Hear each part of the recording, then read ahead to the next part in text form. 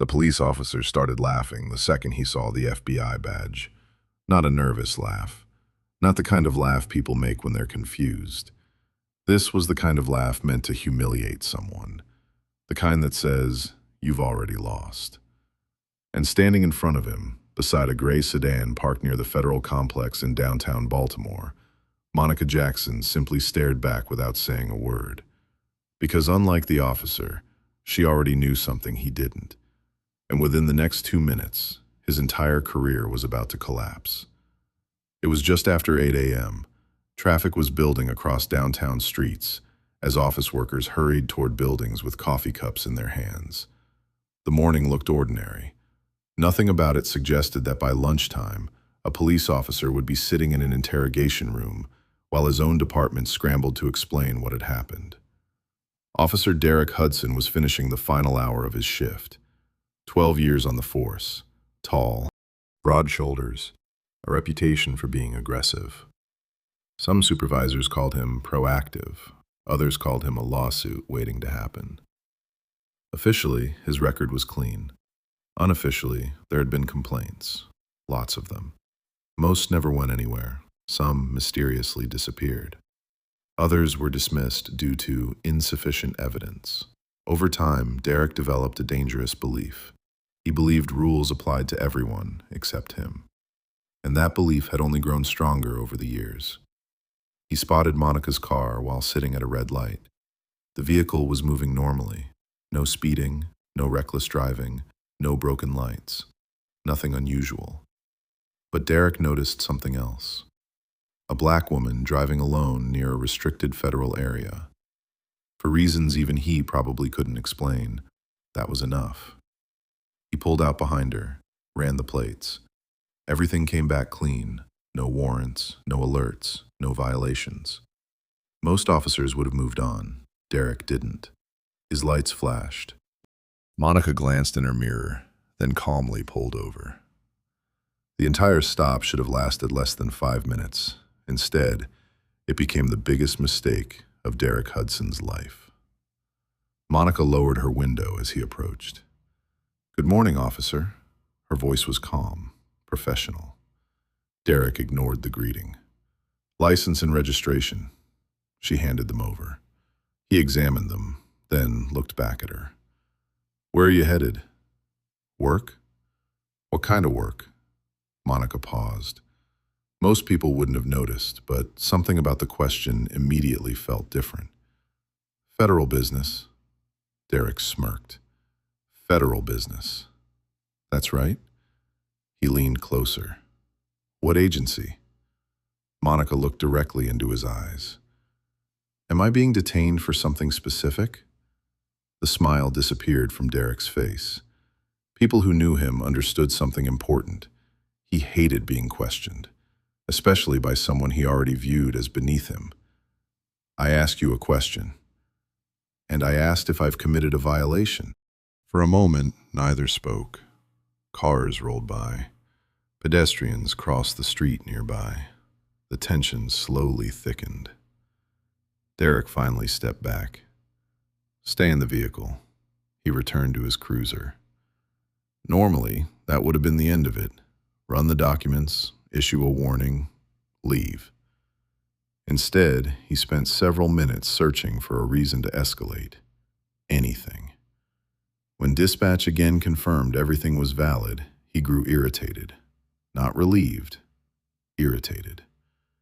Because now he had nothing, no justification, no violation, nothing to support the suspicion he had already convinced himself was correct. He returned to the sedan. "Step out of the vehicle." Monica looked at him carefully. "Why?" "Because I said so." "Am I under arrest?" "No."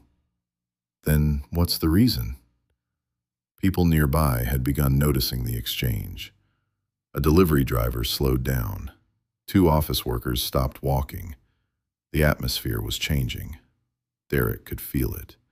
And that only made him more determined to establish control. "Out. Now." Monica sighed softly, then opened the door.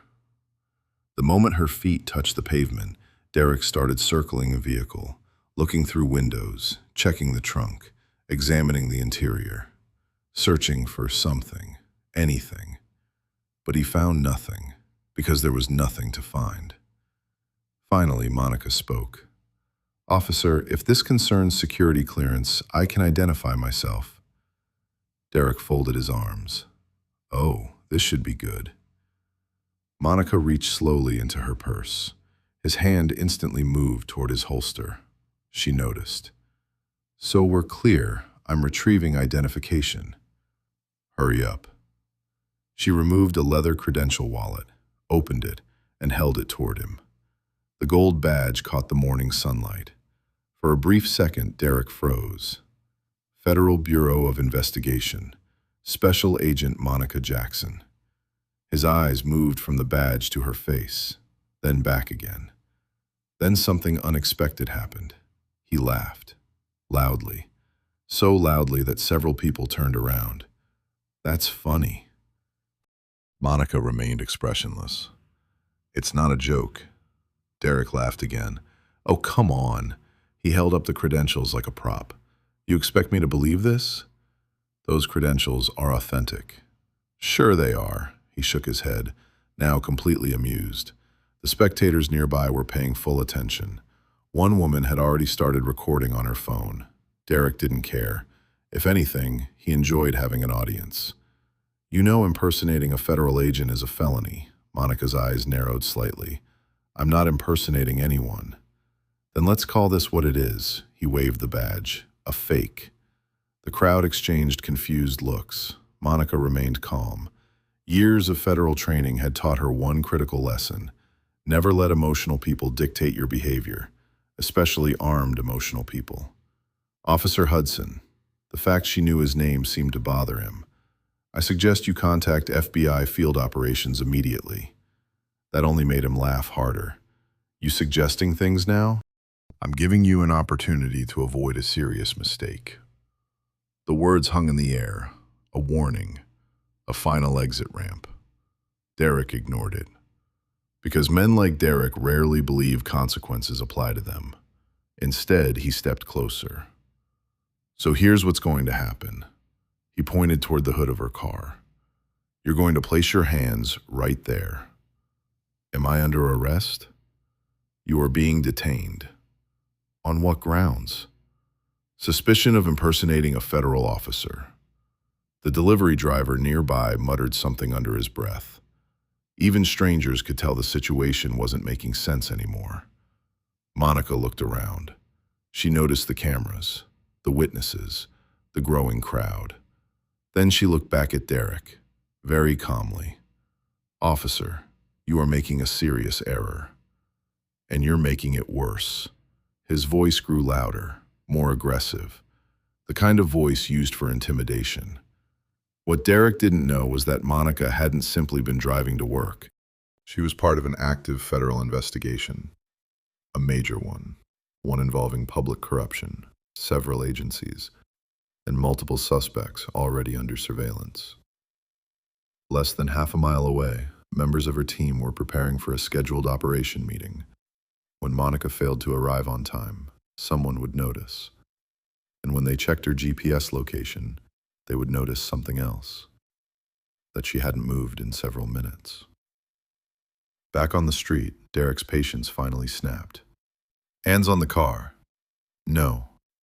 The answer shocked him. For a split second, he couldn't believe she'd said it. "What?"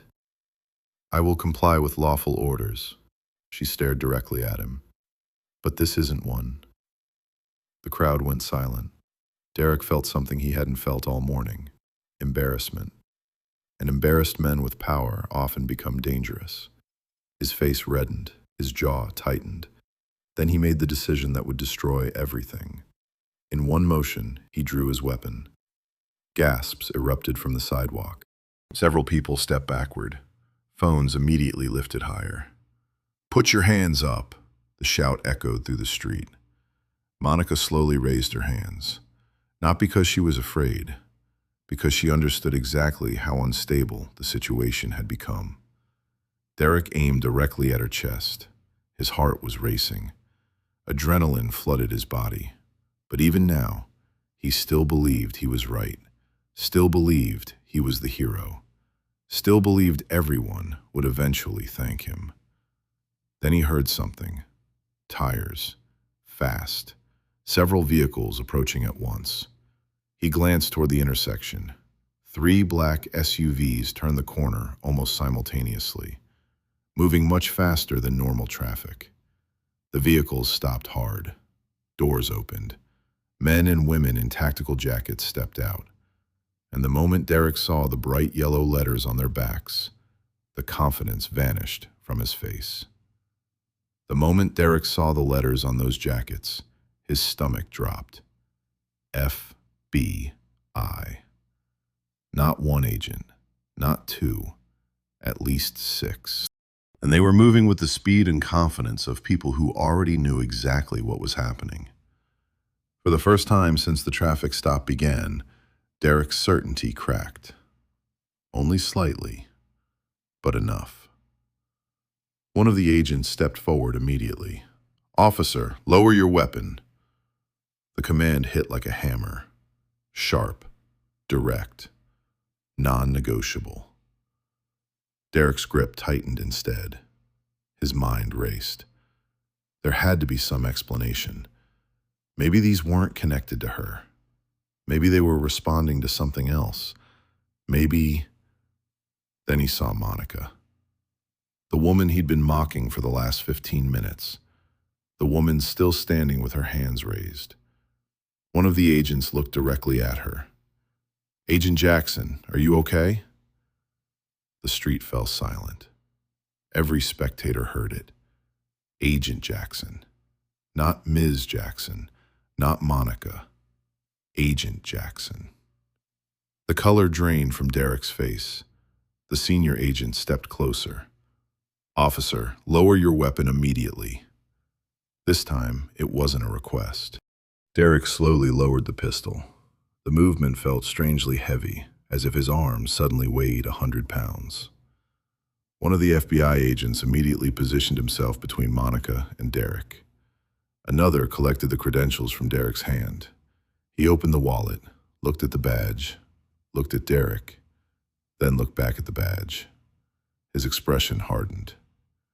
"These credentials are valid." The words landed like a punch. Several people in the crowd began whispering. Phones continued recording. Nobody was leaving. Everyone sensed they were witnessing something extraordinary. Derek swallowed, hard. There must be some misunderstanding.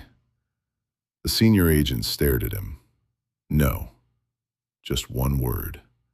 No. And somehow, it felt worse than being shouted at. The agent stepped forward. "My name is Supervisory Special Agent Robert Hayes." He pulled out identification, held it up, then continued. "Special Agent Monica Jackson is part of an active federal operation." Derek's heartbeat accelerated. Operation. Federal. The pieces were beginning to connect, and he didn't like the picture they formed. Hayes glanced toward Monica. "You were scheduled for briefing?" She nodded. "Running 10 minutes late before this happened." Hayes looked back at Derek. What exactly happened here? It should have been a simple question, but Derek suddenly realized there wasn't a good answer. Not one. Because every explanation sounded worse than the last. He tried anyway. "I had reason to suspect she was impersonating an agent." Hayes blinked once. Based on what? Derek opened his mouth. Nothing came out. Because there was no answer. No evidence, no report, no suspicious behavior. Nothing. The silence itself became evidence. One of the agents nearby quietly shook his head. Another was already speaking into a radio, documenting everything, every second, every witness, every detail. Derek felt the situation slipping away, fast. "I was following procedure." Hayes stared at him. "No, officer." His voice remained calm, almost frighteningly calm. This is not procedure. The crowd murmured. A woman standing near the curb whispered, "He's done." Someone else nodded. Derek heard them, every word. And suddenly he became aware of all the cameras pointed at him. At least 20, maybe more. People from nearby offices have gathered. Delivery drivers, pedestrians, construction workers, everyone watching, everyone recording, every second becoming evidence. Then something even worse happened. An FBI agent approached Hayes carrying a tablet. "Sir?" Hayes looked down. The screen displayed live footage, body camera footage, Derek's body camera. Because unlike older systems, the department's newer cameras automatically uploaded footage to cloud storage whenever connected to the network. And federal investigators already had emergency access through an interagency agreement. Hayes watched silently. The recording showed everything. The stop, the questions, the laughter, the badge, the gun. Every second. No missing context, no convenient explanations, no editing. The truth, raw and complete. Hayes handed the tablet back. His face revealed nothing, but somehow that was worse. Far worse. He stepped closer. "Officer Hudson." Derek felt his chest tighten. "When exactly did you determine Agent Jackson posed a threat?" Nothing. Again, nothing. Because she never had. Not once.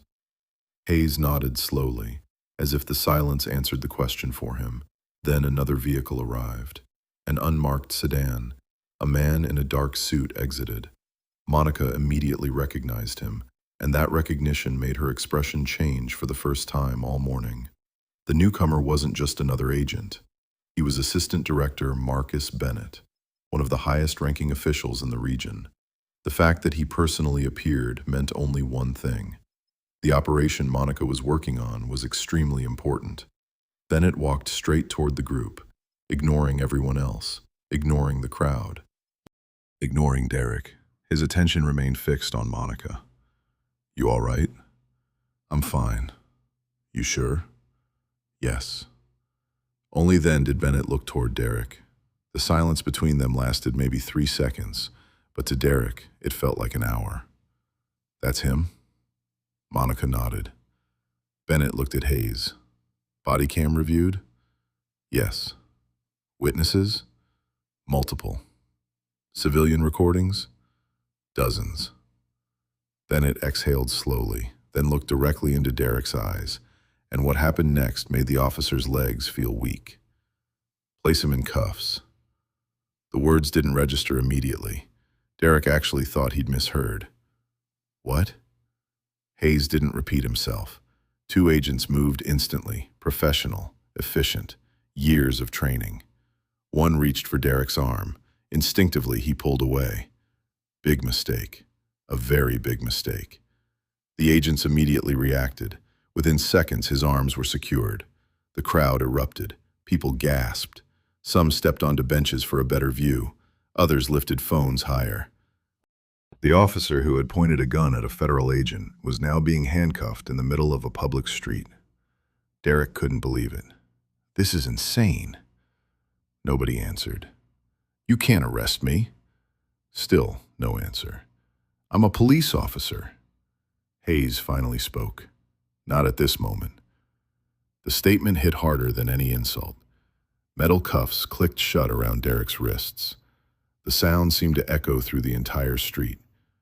For years he had placed cuffs on other people. Now he felt their weight himself. And he hated it. Absolutely hated it. "You're making a mistake." Hayes looked at him. "No." Again that word. The same word. Simple. Final. "No." Derek's breathing became uneven. His mind desperately searched for a way out. Maybe his captain could help. Maybe internal affairs. Maybe the union. Someone. Anyone. Then he noticed something terrifying. Several local officers had arrived during the commotion. Men he knew. Men he'd worked with. Men who should have supported him. Instead, they stood quietly beside their cruisers. Not one stepped forward. Not one defended him. Not one challenged the FBI. Because they had already seen the footage, and they knew. One officer actually looked away when Derek made eye contact. That hurt more than the handcuffs. Much more. Bennett turned toward Monica. "We'll handle the rest." She nodded. Then, for the first time, she looked directly at Derek. No anger, no satisfaction, no smug smile. Just disappointment. And somehow that felt worse than hatred. Much worse. Because hatred would have meant he mattered. Disappointment meant he wasn't even worth hating. As agents escorted Derek toward an SUV, he heard fragments of conversation from the crowd. Did he really pull a gun on an FBI agent? That's what happened. He's finished. I got the whole thing on video. He's definitely going to jail. The words followed him like shadows, each one heavier than the last.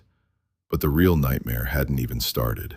Because while Derek believed this disaster was about one traffic stop, the investigators were about to discover something much bigger. Something buried in years of complaints, years of reports, years of accusations nobody had taken seriously. And once they started digging, they weren't going to stop. 3 hours later, Derek Hudson sat alone inside a small interview room. No badge, no duty belt, no weapon. Just a metal table, 4 gray walls, and a reality he still refused to accept. The room felt colder than it actually was. Not because of the temperature, because for the first time in 12 years, nobody treated him like a police officer. Nobody called him Officer Hudson. Nobody offered professional courtesy. Nobody acted intimidated. To the people outside that room, he was simply the subject of an investigation, and that terrified him. The door opened. Supervisory Special Agent Hayes entered carrying a thick folder, much thicker than Derek expected. That immediately made him nervous. Hayes sat down, placed the folder on the table, opened it, and asked the first question. "How many complaints have been filed against you in the last 5 years?" Derek frowned. "What does that have to do with today?" Hayes didn't react. "How many?" "I don't know." That answer was technically true. He had stopped counting years ago, because there had been plenty. Some were ridiculous, some were exaggerated, but not all of them, and he knew it. Hayes slowly turned a page. 23. Derek's stomach tightened. Hayes continued. 23 citizen complaints. Another page. 7 excessive force allegations. Another page. 4 allegations of unlawful detention. Another page. 3 accusations of racial profiling. Derek stared, silent. Hayes leaned back. "The interesting part isn't the number," he tapped the folder. "It's what happened to them." Derek suddenly knew where this was going, and he didn't like it, not one bit. Because many complaints had disappeared. Not literally, but practically. Delayed, lost, reclassified, buried under paperwork, forgotten, or so he thought. Hayes continued. Several investigations were closed unusually quickly. Another page. Evidence was missing. Another page. Witness statements disappeared. Another page. Body camera footage became unavailable. Derek felt sweat forming on his forehead. This wasn't about Monica anymore, not even close. They were digging through everything. Every arrest, every stop, every complaint, every report. Years of history. Years he assumed nobody would ever revisit. Then Hayes revealed the first bombshell. "Do you remember Marcus Reed?" The name hit instantly. Of course he remembered. A college student, traffic stop, 3 years earlier. Minor incident. Or at least that's how Derek had always described it. Hayes slid a photograph across the table. A young man, 20 years old, bruises visible beneath his eye. Derek looked away. Hayes noticed. Interesting reaction. It was a lawful arrest. Was it? Hayes opened another file. Because we found footage.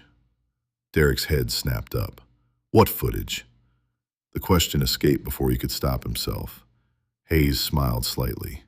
Not because it was funny, because the reaction told him everything.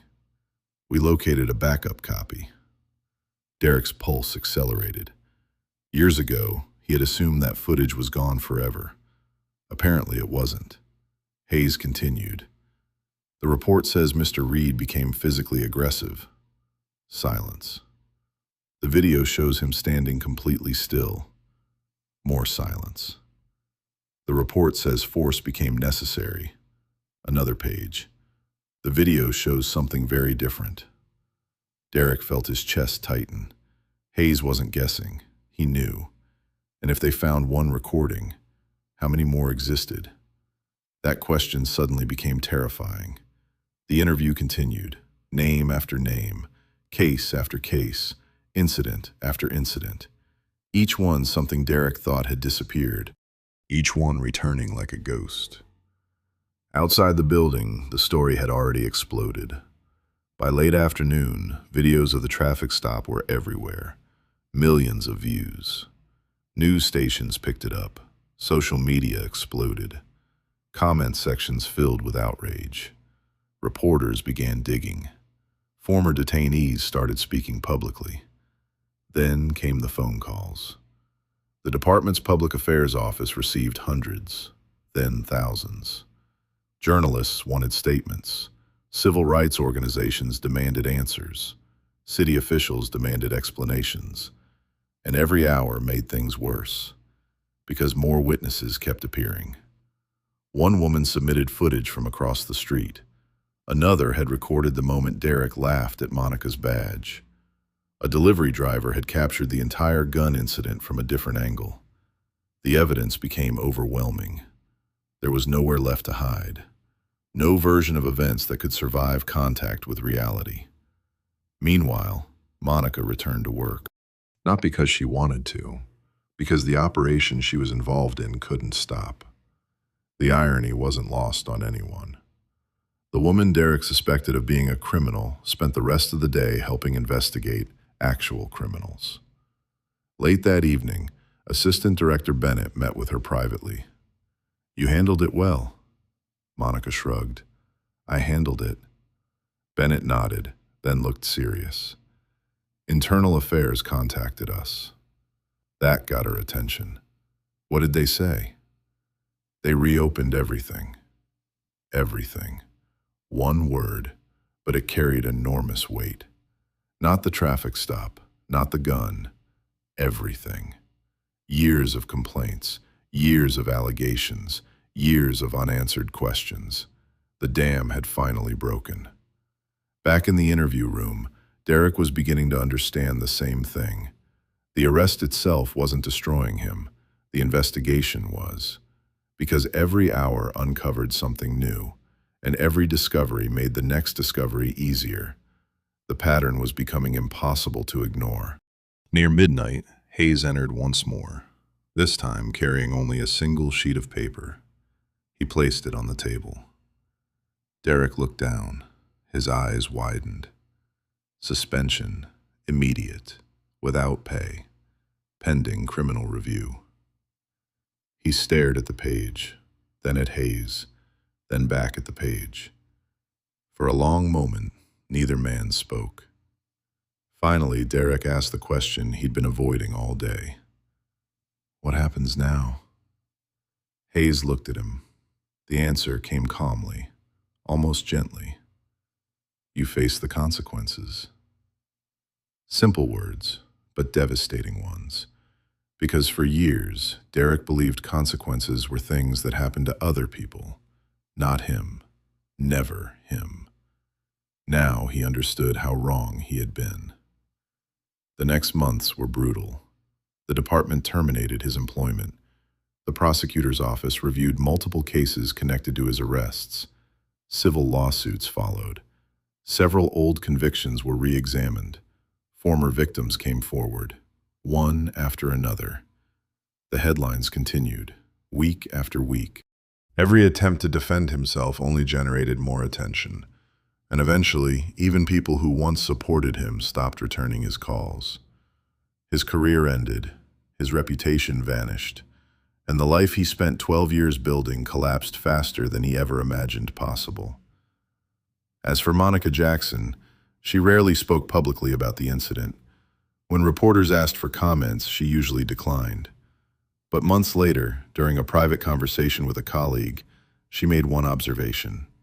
A simple one, yet perfectly accurate. She said, "That traffic stop didn't ruin his life." Her colleague looked confused. "What do you mean?" Monica answered without hesitation. "He ruined his own life." And that was the truth. Not because of one decision, not because of one traffic stop, not even because of one gun. His downfall began years earlier. The moment he convinced himself that authority meant immunity. The moment he stopped believing rules applied to him. The moment he confused power with permission. The stop involving Monica Jackson merely exposed what had already been there, hidden beneath the surface, waiting. And on that ordinary morning outside a federal building, all it took was one badge, one laugh, and 2 disastrous minutes for the entire world to see it.